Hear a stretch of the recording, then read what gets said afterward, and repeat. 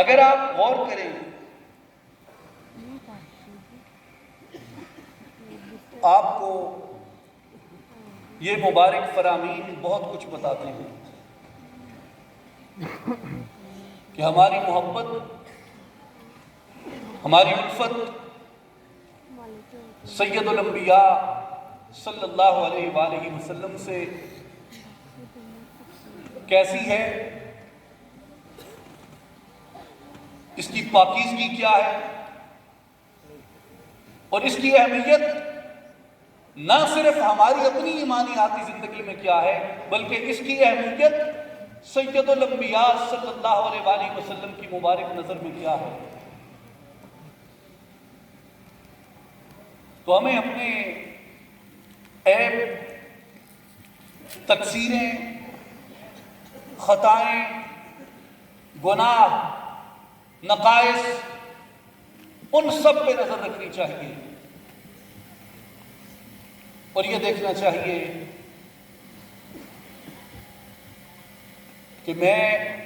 کیسا خوش قسمت ہوں کہ میرے آقا و مولا صلی اللہ علیہ وآلہ وسلم نے میرے ایمان لانے کی مجھ سے 1400 برس قبل تحسین فرمائی اور توصیف فرمائی۔ یہ ان کا کرم ہے کہ انہوں نے ہمیں اپنوں میں شمار فرمایا، یہ ان کی لجپالی ہے، ان کی کریمی ہے، ان کی عطا ہے کہ انہوں نے ہمیں اپنے دامن سے وابستہ ہونے کی توفیق عطا فرمائی۔ اور میرے بھائیوں، اس کے عوض ہم کیا پیش کر سکتے ہیں؟ اس کے عوض ہم کیا دے سکتے ہیں؟ اس کے عوض اگر ہم کچھ پیش کر سکتے ہیں ان کی مبارک بارگاہ کے اندر، اس کے عوض اگر ہمیں کچھ حضور کی بارگاہ اقدس کے اندر لے کے جانا ہے، یا کچھ ہمیں حضور کی بارگاہ اقدس کے اندر پیش کرنا ہے، تو اس کا صلہ تو کوئی نہیں ہو سکتا، اس کا عوض تو کوئی نہیں ہو سکتا، اس کی قیمت تو کوئی نہیں ہو سکتی۔ محبت کی کیا قیمت ہو سکتی ہے؟ ارے ماں کی بیٹے سے محبت کی، ماں کی بیٹی سے محبت کی کوئی قیمت نہیں ہو سکتی، تو رسول کی اپنے امتی سے محبت کی کیا قیمت ہو سکتی ہے؟ یاد رکھیں میرے بھائیوں اور بزرگوں، اس کا صلہ ہم نہیں دے سکتے، اس کی قیمت ہم نہیں چکا سکتے، لیکن دو چیزیں ہمیں ضرور ملتی ہیں، ایک قرآن مجید کی آیت میں عرض کروں گا اور ایک رسول اللہ کی حدیث میں عرض کروں گا۔ قرآن مجید کی آیت میں اللہ تبارک و تعالیٰ ارشاد فرماتے ہیں قُلْ لَا أَسْأَلُكُمْ عَلَيْهِ أَجْرًا إِلَّا الْمُوَدَّةَ فِي الْقُرْبَى، کہ حبیب صلی اللہ علیہ وسلم آپ انہیں فرما دیجئے کہ میں نے تمہیں جو کتاب دی، ہدایت دی، پیغام دیا، نجات دی، جنت کی راہ دکھائی، دوزخ سے بچانے کی تدبیر بتائی، اللہ کا راستہ دکھایا، توحید سمجھائی، اس سب کے صلے میں تم سے کوئی اجرت نہیں لیتا، کوئی معاوضہ نہیں لیتا، اِلَّا الْمُوَدَّةَ فِي الْقُرْبَى، سوائے اس کے کہ میرے اقربا سے محبت کرو۔ سبحان اللہ۔ عبداللہ ابن عباس رضی اللہ عنہما روایت کرتے ہیں کہ میں نے عرض کی یا رسول اللہ صلی اللہ علیہ وسلم هَؤُلَاءِ الَّذِينَ وَجَبَتْ عَلَيْنَا مُعَدَّتُهُمْ، یہ کون لوگ ہیں جن کی معدت ہمارے اوپر واجب کی گئی قرآن میں؟ تو حضور صلی اللہ علیہ وآلہ وسلم نے فرمایا کہ جن کی معدت تمہارے اوپر واجب کی گئی ہے وہ علی ہیں، فاطمہ ہیں، اور ان کے دونوں بیٹے یعنی حسن و حسین۔ سبحان اللہ۔ ہم اس کے عوض اگر کچھ پیش کر سکتے ہیں تو ان کے اقربا کی محبت ہے، معدت ہے۔ اور حدیث پاک میں رسول اللہ صلی اللہ علیہ وآلہ وسلم نے فرمایا لا یؤمن احدکم، اگر چاہتے ہو کہ تمہارا ایمان مکمل ہو جائے تو یاد رکھو تم میں کوئی کامل ایمان والا تب تک نہیں ہو سکتا حتی یکون ہواہ تبعا لما جئت بہ، حتیٰ کہ وہ اپنے آپ کو اس کے تابع نہ کر دے جو اللہ نے مجھے دے کے بھیجا ہے۔ اللہ نے حضور کو قرآن دے کے بھیجا، اللہ نے حضور صلی اللہ علیہ وآلہ وسلم کو کتاب دے کے بھیجا، تو حضور کی جو ہم سے محبت ہے، حضور کی ہم پہ جو یہ شفقت اور عنایت ہے، اس کا عوض اور اس کا صلہ یہی ہو سکتا ہے کہ قرآن مجید کو اپنی زندگی میں عملی طور پہ داخل کیا جائے۔ اس کا صلہ یہی ہو سکتا ہے کہ حضور صلی اللہ علیہ وآلہ وسلم کی سنت اور حضور صلی اللہ علیہ وآلہ وسلم کے احکام کی پیروی کی جائے، حضور کے اخلاق مبارک کو اختیار کیا جائے، حضور کی عادات مبارکہ کو اختیار کیا جائے، اور حضور صلی اللہ علیہ وآلہ وسلم نے اپنے نمونہ عمل سے ہمارے لیے ایک انسان کا جو کردار چھوڑا ہے، اس کردار کو اختیار کیا جائے۔ میرے بھائیوں اور بزرگوں، آج آپ غور کریں، ہم جس مقام پہ موجود ہیں، جس معاشرے کے اندر رہتے ہیں، اس معاشرے میں ہم نے حضور کے اخلاق، حضور کے کردار سے کیا پھیلایا، اور وہ لوگ جو رسول اللہ کے مخالف تھے، جو موافقت نہیں رکھتے تھے، جو جنگ کرتے تھے آپ کے خلاف اس پیغام کے بدلے میں، ہم نے ان کے اخلاق کو ترجیح دی۔ رسول اللہ کا اخلاق کیا ہے؟ رسول اللہ کا اخلاق ہے بشروا ولا تنفروا، بشارت دو، خوشخبری دو، نفرت مت پھیلاؤ۔ رسول اللہ کا اخلاق کیا ہے؟ وَيَسِّرُوا وَلَا تُعَسِّرُوا، آسانیاں پیدا کرو، لوگوں کو مشکلات میں مت ڈالو۔ آج ہم اگر اپنے آپ میں، اپنے معاشرے میں غور کریں، اپنے طور اطوار میں غور کریں، اپنی سماجی معاشرتی زندگی، اپنے رویے میں غور کریں، تو ہم نے رسول اللہ صلی اللہ علیہ وآلہ وسلم کے اخلاق سے کیا سیکھا؟ رسول اللہ کے اخلاق سے کیا اپنایا؟ رسول اللہ کی مبارک عادات سے کیا اپنایا؟ رسول اللہ کی سنت اور شریعت سے کیا اپنایا؟ رسول اللہ کے احکام سے کیا اپنایا؟ حضور نے کہا تھا بشروا، بشارت دو، ولا تنفروا، نفرت مت پھیلاؤ۔ میرا کسی سیاسی جماعت سے کوئی تعلق نہیں ہے، ہر ایک کی اپنی اوپینین یا رائے ہو سکتی ہے، مگر آپ سوشل میڈیا، اخبارات، ٹیلی ویژن کھول کے دیکھیں اور اسے حضور صلی اللہ علیہ وآلہ وسلم کے پیغام سے، اس نبی سے جو ہمارے پیدا ہونے سے صدیوں پہلے ہم سے محبت کرتے تھے، ہماری توصیف کرتے تھے، ہمارا وصف کرتے تھے، ہماری تحسین کرتے تھے، ہمیں بتاتے تھے کہ تم بعد میں آؤ گے مگر میں پھر بھی تم سے محبت کرتا ہوں۔ اس نبی کی سنت، اس کے اخلاق سے ہم نے کیا سیکھا ہے؟ ہمارے عملی رویے جو ہمارے اظہار کی صورت میں موجود ہیں مختلف جگہ پہ، کیا وہ ہماری محبت کی دلیل بنتے ہیں کہ اس محبت کے بدلے میں میں بھی اپنے نبی سے اتنی محبت کرتا ہوں؟ ہم نے جو وتیرہ اختیار کیا ہے وہ نفرتیں پھیلانے کا ہے۔ ہم نے جو وتیرہ اختیار کر رکھا ہے اپنی قومی زندگی میں اور قومی رویوں میں، وہ مشکلات پیدا کرنے کا ہے، جبکہ رسول اللہ نے تو فرمایا تھا کہ آسانیاں بانٹو۔ رسول اللہ نے فرمایا تھا کہ مجھے بشیر بنا کے بھیجا گیا ہے، میں بشارت دینے والا ہوں، مجھے اخلاق کی تکمیل کرنے والا بنا کے بھیجا گیا ہے، میں تمہارا معلم اخلاق ہوں، تمہیں اخلاق کی تربیت دیتا ہوں، تمہیں اخلاق آداب سکھاتا ہوں۔ اور آپ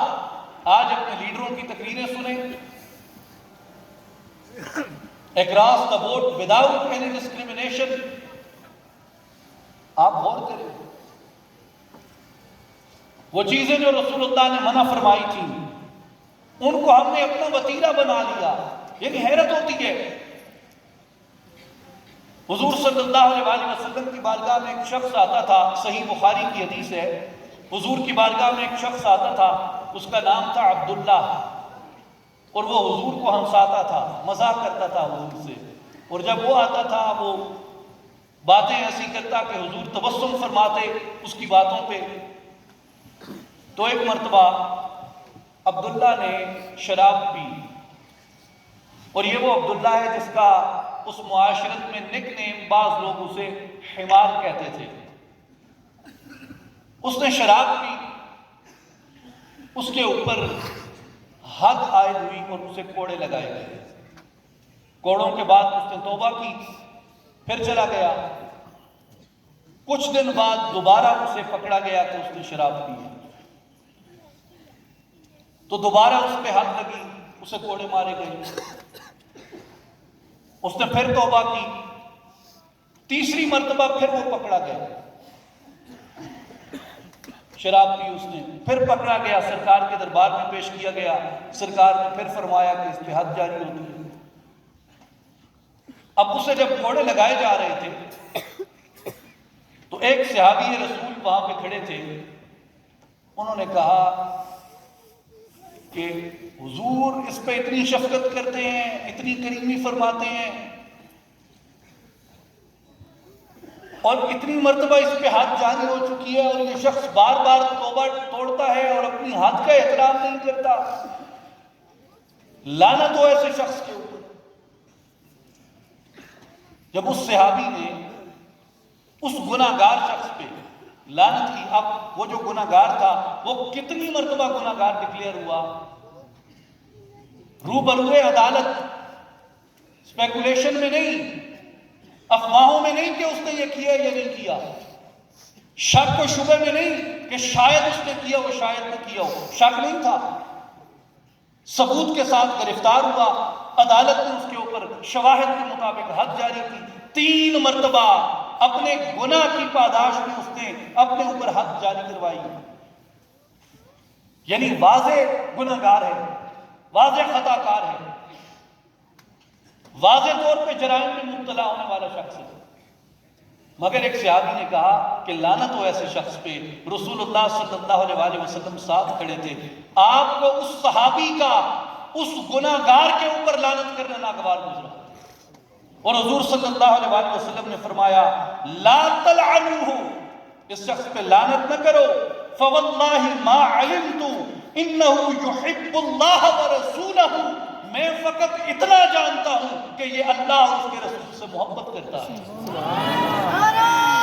اگر کوئی گناہگار ہے تو کیا ہوگا؟ ڈکلیئرڈ گناہگار ہے، عدالت سے 3 مرتبہ سزا یافتہ ہے جرم میں، حضور کے روبرو سے حد جاری کی گئی، تعزیر جاری کی گئی، کوڑے لگائے گئے، شرابی ہے، توبہ توڑتا ہے، کئی گناہ کرتا ہے، مگر رسول اللہ نے فرمایا کہ میں اس کے بارے میں اتنی بات جانتا ہوں کہ یہ اللہ اور اس کے رسول سے محبت کرتا ہے، اس لیے یہ لعنت کا مستحق نہیں ہے۔ اس کا گناہگار ہونا ضرور اپنی جگہ مسلم ہے، مگر اپنے گناہوں کے باوجود بھی یہ لعنت کا مستحق نہیں ہے۔ میرے بھائیوں اور بزرگوں، ابو دردہ رضی اللہ تعالیٰ عنہ کی روایت ہے، امام ابو داؤد نے بیان کیا اسے، کہ حضور صلی اللہ علیہ وسلم نے فرمایا جو کسی پہ لعنت کرتا ہے،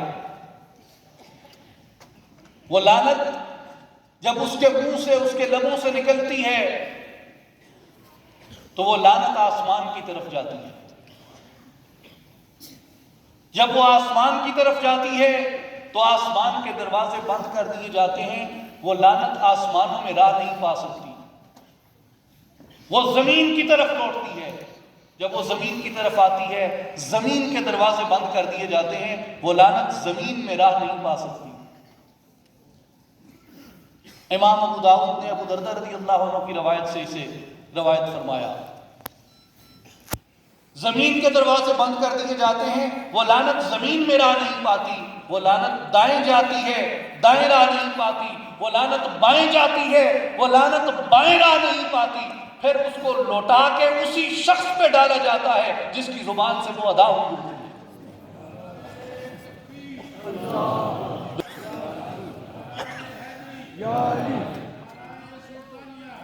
میرے بزرگوں، میرے بھائیوں،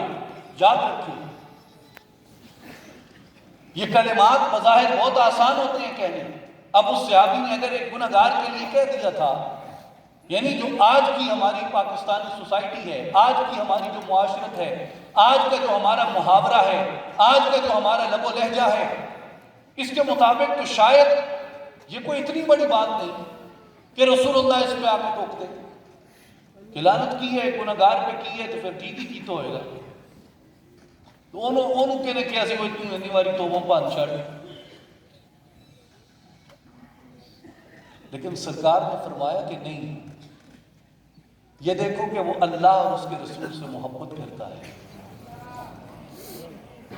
سرکار نے فرمایا کہ جو لعنت کرتا ہے، لعنت آسمانوں سے لوٹتی ہے، زمین سے لوٹتی ہے، دائیں سے لوٹتی ہے، بائیں سے لوٹتی ہے، اور واپس اسی شخص پہ پڑتی ہے جس نے وہ لعنت ان سے ادا کی ہوتی ہے. حضور صلی اللہ علیہ وآلہ وسلم نے فرمایا، صحیح بخاری کی روایت ہے کہ جو شخص قتل کرتا ہے اپنے آپ کو، ومن قتل نفسہ بشیء فی الدنیا، جس نے کسی آلے سے اپنے آپ کو دنیا میں قتل کیا، خودکشی کی، فرمایا کہ قیامت کے دن اسی آلے کے ساتھ اس شخص کو عذاب دیا جائے گا.